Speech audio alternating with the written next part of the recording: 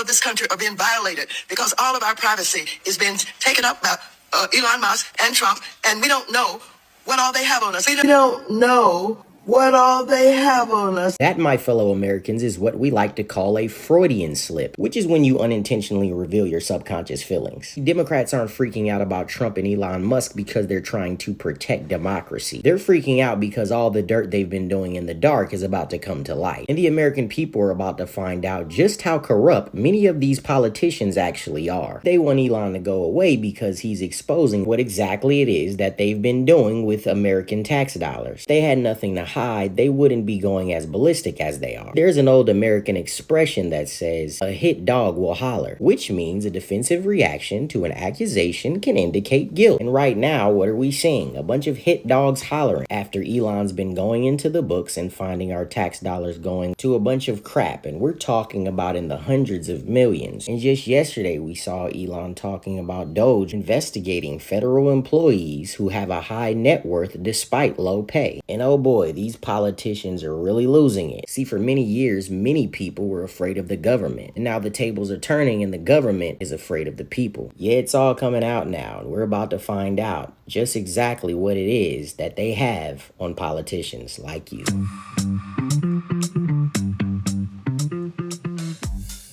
That is Kory Yeshua. He's going to be our guest in moments. Please hit that subscribe button wherever you're listening or watching us today. We'd love to have you on board and have that, all the playlists just come into your mailbox. So hit that subscribe button no matter where you're watching or listening.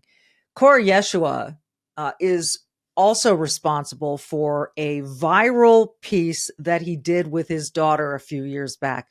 We're going to have Kory with us. We're going to play it for you. If you haven't seen it, you are in for a delightful treat. If you have seen it, you'll still want to watch it again because it's absolute gold. It's precious.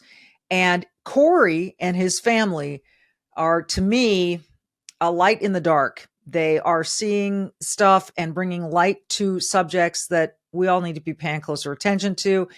And he and his family give me hope. And he's also a rapper, and he's got an album out, and he'll tell you about that. Kory Yeshua is next. Kory Yeshua, it's so cool to meet you. And I've just been an admirer of yours since the video dropped. It was the video that went viral because it's beautiful, it's honest, it's you and your adorable daughter Royalty. So if you don't mind, before we play it for our audience, I just want to ask you what prompted you to put that in a recording and post it.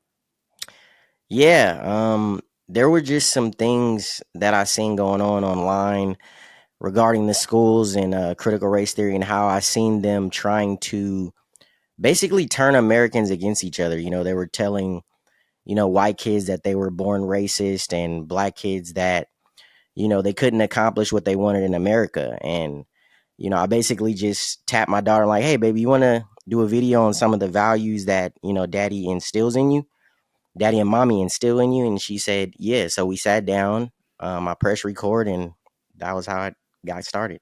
And there it went. So just in response to what you were saying, let's go ahead and play this Kory and Royalty and the video that really brought a lot of people onto Kory's side of the argument. Roll it, John.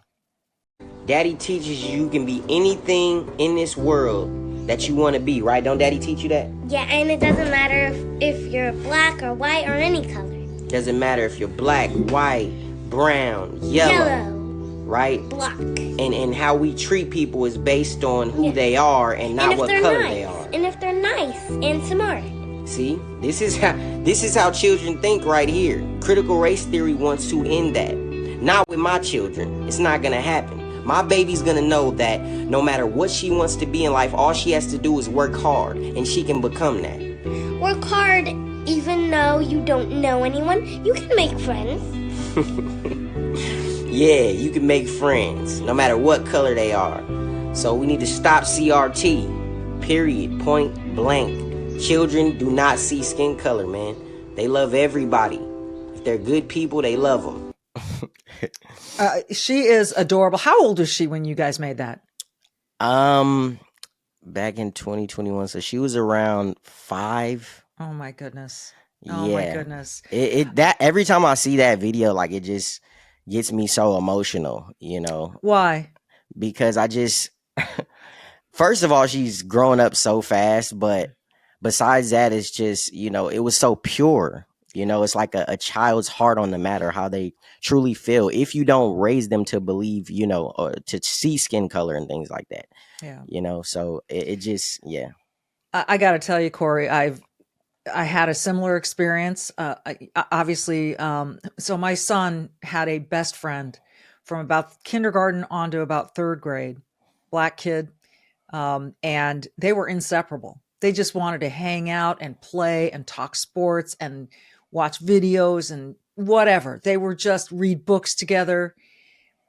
They were schoolmates, and then there was some stuff instituted at the school, and somehow their friendship broke apart, and it was heartbreaking for me.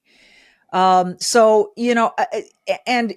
here in Minnesota, there are some ethnic studies that they want to implement, they being the governor and the legislature of Minnesota. This is a pretty progressive lefty state.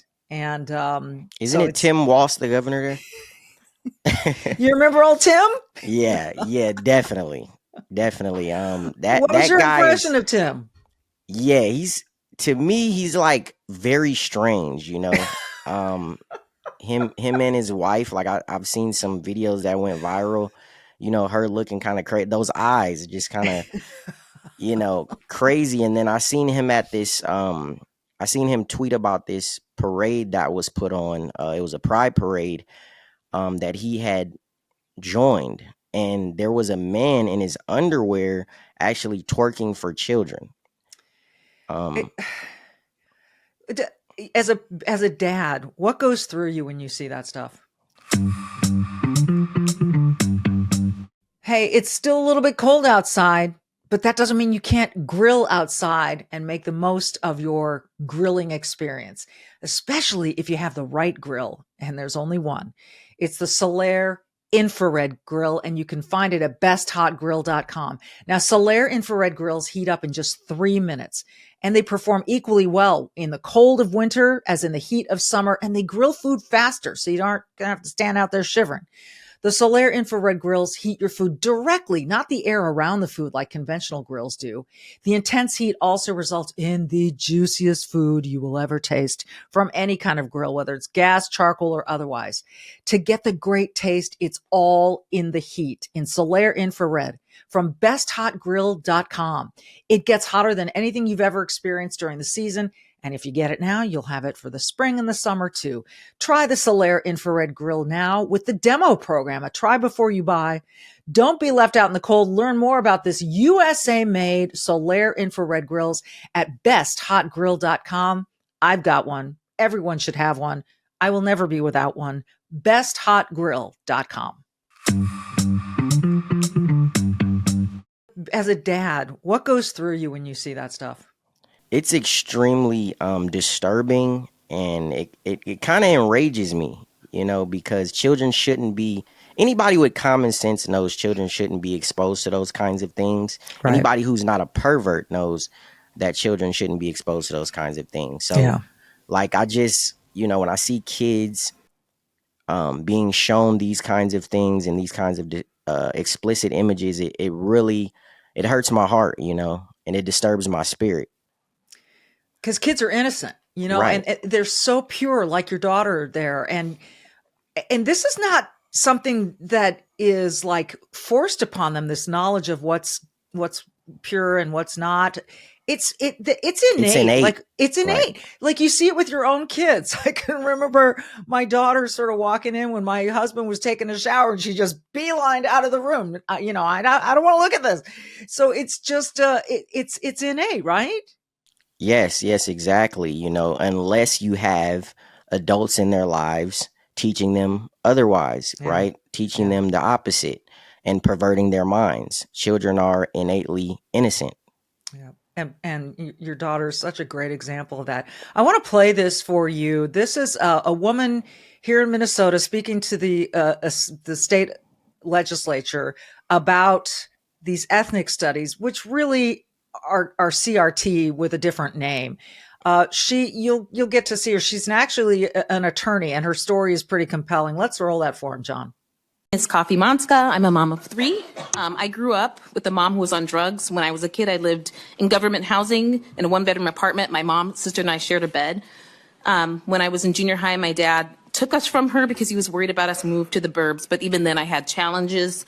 A kid harassed me for months with racist jokes, like get to the back of the line and things like that. And eventually he burned my hand with the striker in science class that you can still see on my hand today. Despite all of this, from an early age, I knew that I wanted to be a lawyer and that nothing would stop me. Yet in college, I was given messages similar to those in this ethnic studies bill, that whites and systematic racism would hold me back. I began to doubt myself and to distrust all white people, including my friends. This type of teaching is psychological abuse and can cause people of color to question their sanity and perception of reality.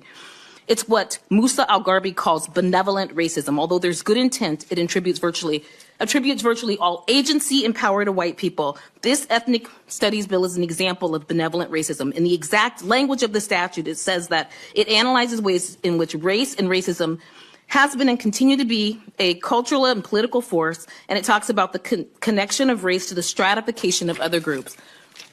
It says that people who look like me and my kids are at the bottom of this hierarchy. My son was a 3.8 GPAs in APA classes and calculus, all while playing sports and working, is at the bottom of this hierarchy, and it doesn't make sense. In conclusion, people will say that they need to see themselves in the curriculum. No, they don't. They need to learn to read and write, and only half of Minnesota students are proficient in that. Education is emancipation. There's too many cultures and ethnicities to teach them all. Kids should learn their culture from their family and friends, and unfortunately, due to this curriculum that pits them against each other by race, this is less likely. I want people of color to know that they are not fragile and they're not stuck at the bottom of some caste system, and that they can achieve as I did. I wanted to roll that whole thing for you, Kory. What's your impression? I think she's spot on, man. It's just sad. If I was in school and this stuff was being taught, I can't imagine, what would have happened to my mind, and how I would have been just distraught, always looking at my skin color as something, like there's something wrong with me, and how many friends I wouldn't have made or hung around because, I would have looked at every white person as racist.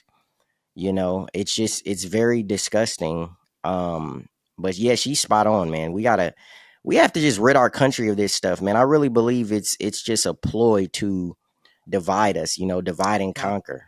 Yeah, I'm with you. And because we're such a strong country on the outside, like we can defend ourselves for the most part, but from the inside, we can destroy ourselves. And it seems to me like that's the goal of this. Is that what you're getting at?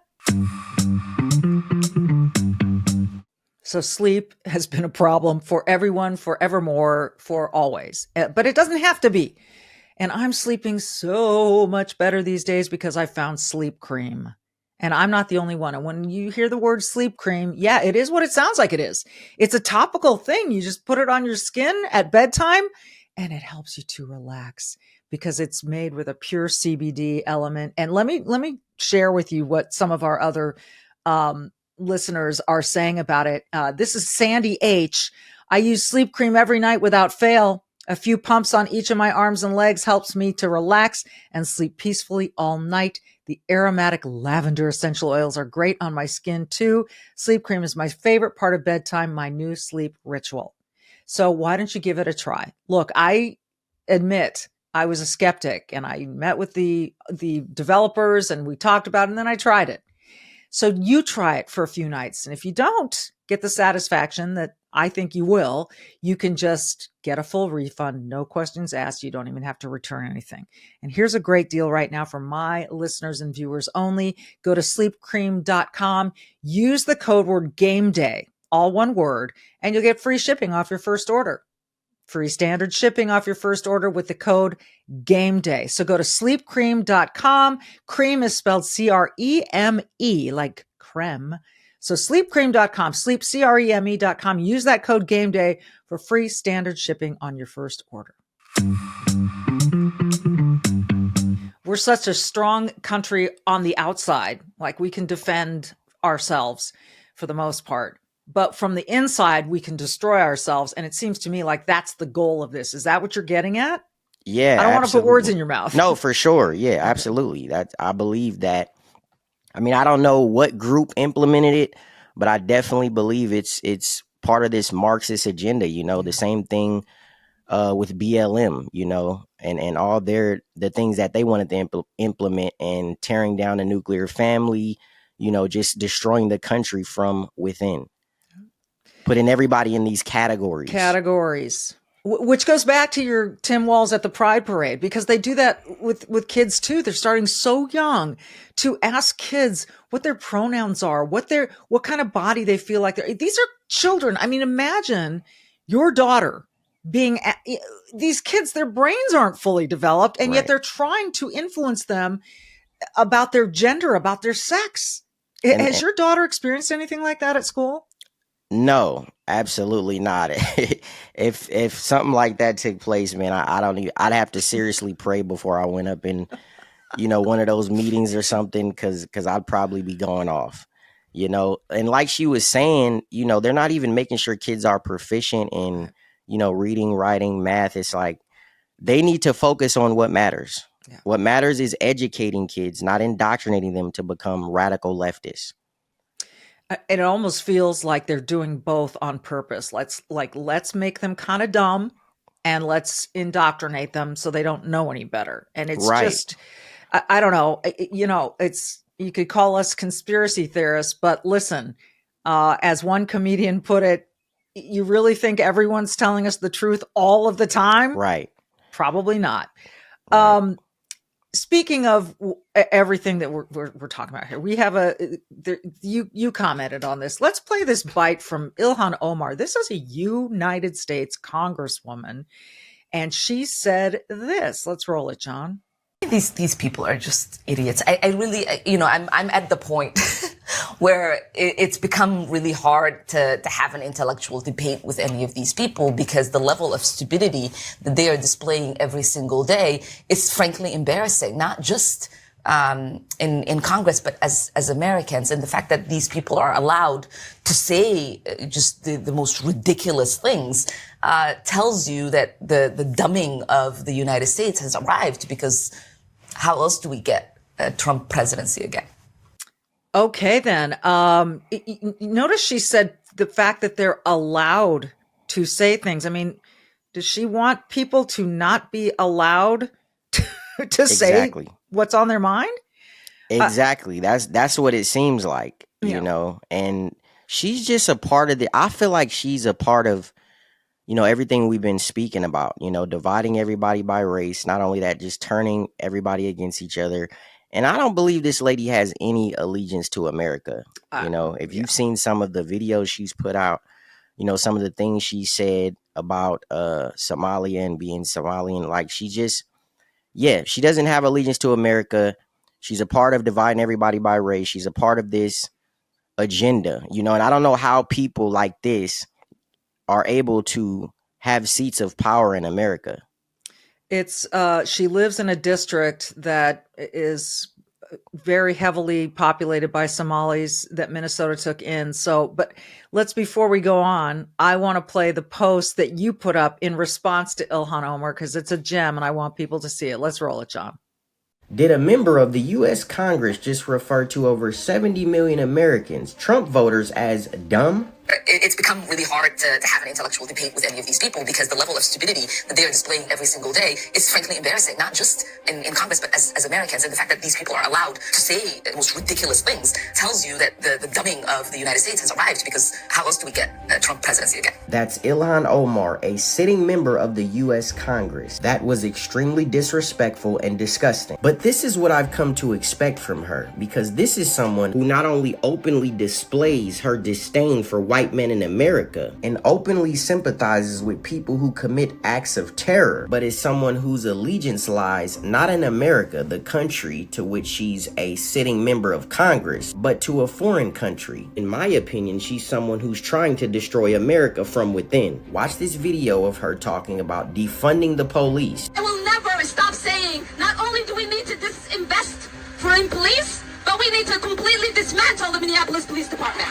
When we dismantle it, we get rid of that cancer. She not only likes open borders where anybody from anywhere can come in at any time, but she also wants to defund the police in America, leaving our cities to be riddled with crime. She also shows her allegiance not to America, but to Somalia. Listen to her words from this speech. The U.S. government will do what Somalians in the U.S. tell them to do. They will do what we want, nothing else. They must follow our orders. That is how we will safeguard the interests of Somalia. We Somalians must have that confidence in ourselves that we call for the shots in the U.S. Listen to this part. Talking to Somalians, she says, the U.S. is a country where one of your daughters, myself, is in Congress to represent your interests. If that doesn't convince you, watch this speech where Congresswoman Ilhan Omar sits on stage smiling as this man explains how Omar's interest lies not in Minnesota, not in the American people, but in Somalia.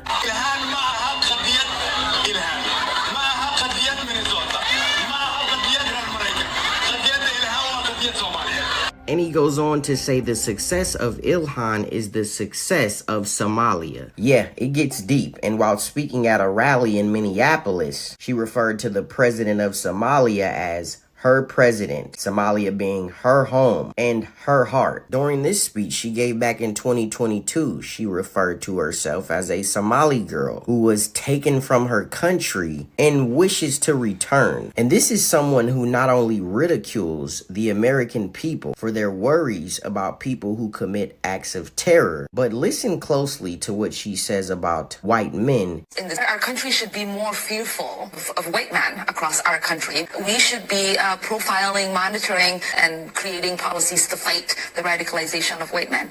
Why do we allow people who openly show their disdain for Americans and America, call to defund our police, want anybody from anywhere to be able to come into our country, who stokes racial division, clearly doesn't have an allegiance to America, sympathizes with people who commit acts of terror, and does everything they can to destroy America from within, holding powerful positions in America? This is insane.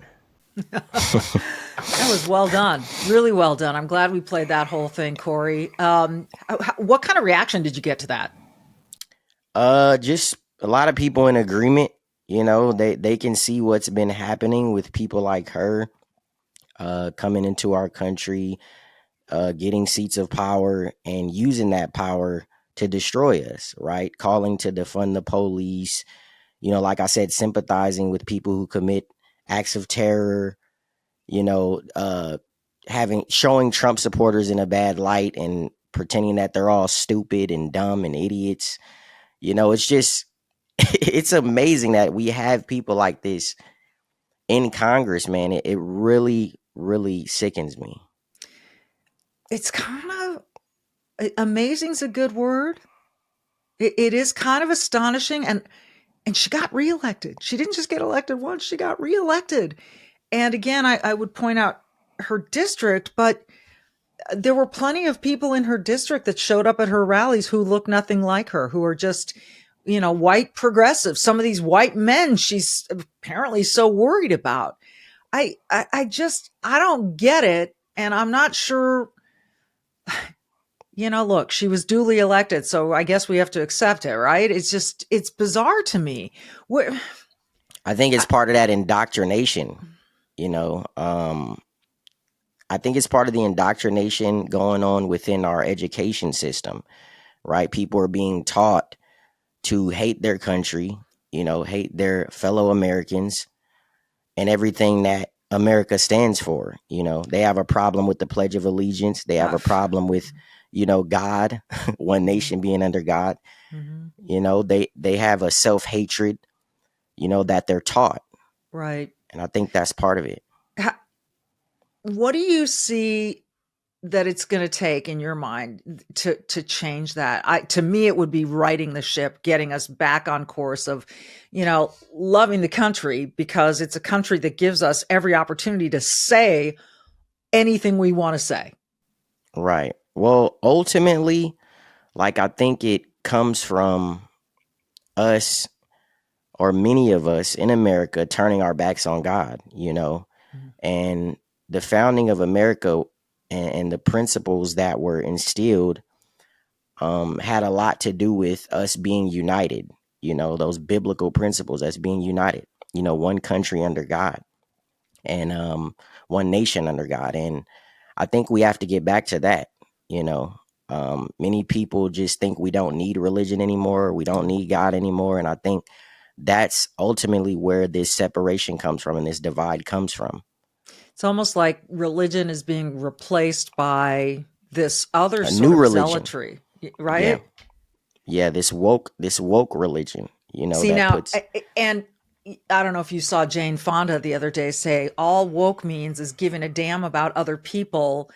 No? What do you say to Jane Fonda saying that? Well, I think we as Christians, give the most as far as charities go and things like that. And we care about the poor. We care about the sick, and I think we show that. And if we aren't showing that, then we need to do more, but this woke religion has nothing to do with caring about people. It just divides, it puts everybody in their separate boxes, disabled people over here, black people over here, white people over there. Whatever it may be, and it just creates more division. It doesn't bring people together. That is for sure. It does not bring people together. It just it slices and dices.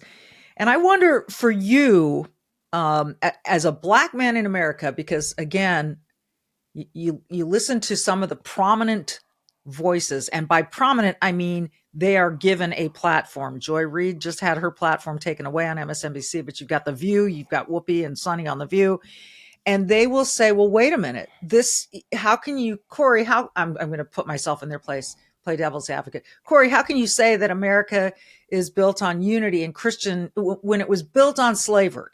And that's what they will say. And was, as we all know, slavery was despicable. It nauseates me to think about. But how do you respond to that argument? Well, I would say just as people, pervert the Bible today and twist the Bible today and twist scripture today, to gain certain things, whether it be money or power or influence. There were people who did it back then, right? And there was something called the slave Bible. They took out certain verses and, they didn't allow people to read. So people pervert the Bible all the time. They were doing it back then. They're doing it today. But once people see what people leave out of that argument is the people who use, like Frederick Douglass, right, who used the Bible to abolish slavery. Yeah. Right. Yeah. So they don't bring that into the argument. They say, oh, the Bible was used to enslave people. No, the Bible was perverted to enslave people. The Bible was used properly to set them free. Yeah. Yeah. Frederick Douglass, Booker T. Washington, who's one of my heroes. All right. We have this little thing that you posted and you called it one of the most entertaining left versus right conversations that you've seen. John, let's roll it for everyone. So she's going to come up to you and tell you not to engage with me. Yeah. I mean, this is incredible, and I'm much more liberal than they are, right? It's like, she's not on our side. She's opposition. Yeah, but that's exactly what the other people say, right? Don't talk to people because we don't all share the same values. Well, we don't all share the same values, right? Correct. But I share the value of freedom of speech. Correct. Right? Mm-hmm. And I can talk to her. Just know she's going to edit it and make you look like a fool. Well, I think he's the most reasonable. Well, you're right. I'm just here providing safety. I share your values, but I also believe in dialogue and freedom of speech, okay? Don't talk to her. Hey, this is freedom of speech. This is why you're here, okay? Do you appreciate people coming up and telling you that who you can and can't talk to? Well, I mean, this just shows the hypocrisy for what it is. But there's hypocrisy on both sides. Yes, yeah. Don't get me wrong. Absolutely. I think this is terrible that Donald Trump is president of the United States. But I have values that transcend politics. Okay. Right? Yeah. I have values Decency. that right. Mm-hmm. My enemy are the people who suppress other people, right? My people are, and it was interesting that African-American fellow was talking about Jesus, right? Well, when he quoted Jesus, he said, "Oh well." When they asked Jesus about what was the law, what does it mean to? Jesus didn't say just love your neighbor as yourself. Jesus said, love the Lord your God with all your heart, with all your soul, and all your mind, and love your neighbor as yourself. But see, the Democrats, they don't want to use the G word. They don't want to use the G word. That's very true. That was an interesting interchange, and I'm so glad you highlighted it. What grabbed you most about it? Just how calm, cool, and collected he was, and how he had his own mind. You know, he wasn't deterred from having the conversation because people were trying to pull him away, by the people trying to pull him away, you know. And then at the end, you know, him talking about the Bible and how he said Democrats don't like to use the G word because they've completely removed God. Yeah. You know, and that's what brought him and the woman who was interviewing him together, you know, just that sense of community, you know. And I think, like I said, that's something that's, you know, been missing in America, something we've gotten away from. You know, there's this sense of cancel culture that you couldn't say certain things without this huge wave of, you know, cancellation. And that really kind of sparked me to want to do more of this kind of thing, which meaning I had friends who were afraid to post their feelings or opinions on Facebook or wherever because they were afraid of losing friends, losing jobs, losing family members. You know, this is crazy to me, like that we can't just, and I don't know if it's a Trump factor. I don't know. What do you think it is that has gotten so in the way? I can tell you, I've never had, you know, a problem with speaking my mind. Like when I first got on social media, I just started talking about, you know, the things I actually cared about, what mattered to me, you know. And whether if I would have lost family members, which I'm sure I might have, you know, lost some family down the way, but I've never been afraid to speak my mind, you know, and care about what happens to my country. You know, that's basically my reason for speaking out when I first started. You know, I'm seeing everything that's happening in the media, you know, and I'm like, dude, I need to say something. You know, I have my take as well. So that's what got me speaking. And I started getting censored on social media. You know, I've been banned on TikTok like 7 times, maybe 7, 8 times now.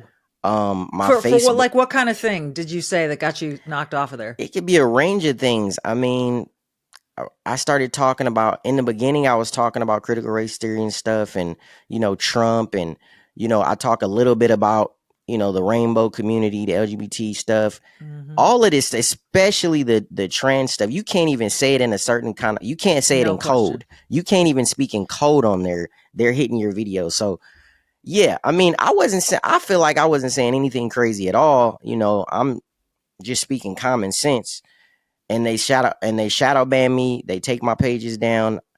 On Facebook as well, I've been shadow banned for like a year now. I've been at 70,000 followers on there for probably a year now. It's just sitting there. Yeah, it doesn't go up.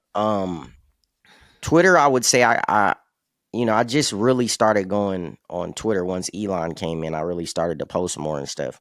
So that's been okay. Instagram, yeah, they've definitely hit me on some videos and stuff. They've been threatening to demonetize me on there.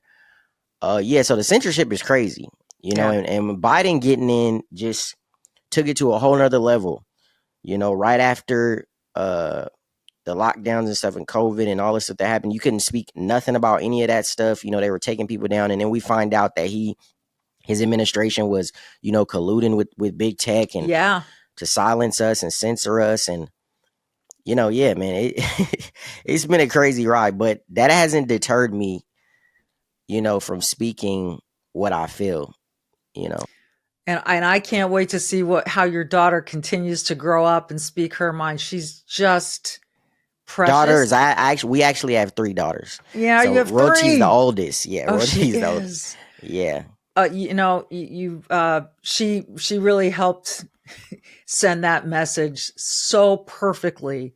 Like that was a father-daughter message that was golden. And I think so many people just appreciated it for its purity and its love. And it was great. I'm so glad to meet you. I'd love to have you on again. And I can't wait to see what your daughters go on and do with their lives. Yeah. I think they're gonna go on to do great things, and I think try so to too. instill, those morals and values that I was brought up with into them. And I think if more of us, do that, then we'll have not only a better country, but a better world. Amen to that. Hey, Kory, where can people find you? And I know you've got music out there. Let people know what they can do to find it all. Yeah, I actually just had an album recently come out. It's called Let There Be Light by Kory Yeshua. It's on all the streaming platforms. Have a couple videos up on YouTube as well. And yeah, pretty much at Kory Yeshua, Instagram, on X, on TikTok, and Facebook. Awesome. And we'll put that all in the show notes as well. And people have been seeing those handles on the screen as we've been talking. So I love that you're teaching your little 3 girls to be brave and do good. That's the thing that we always want to say in every episode. Be brave and do good. And Kory, you're doing that. And I hope we can have you back. Thank you. I appreciate you guys so much. Thanks. That's Kory Yeshua. Find him. You won't regret it. And we'll see you next time.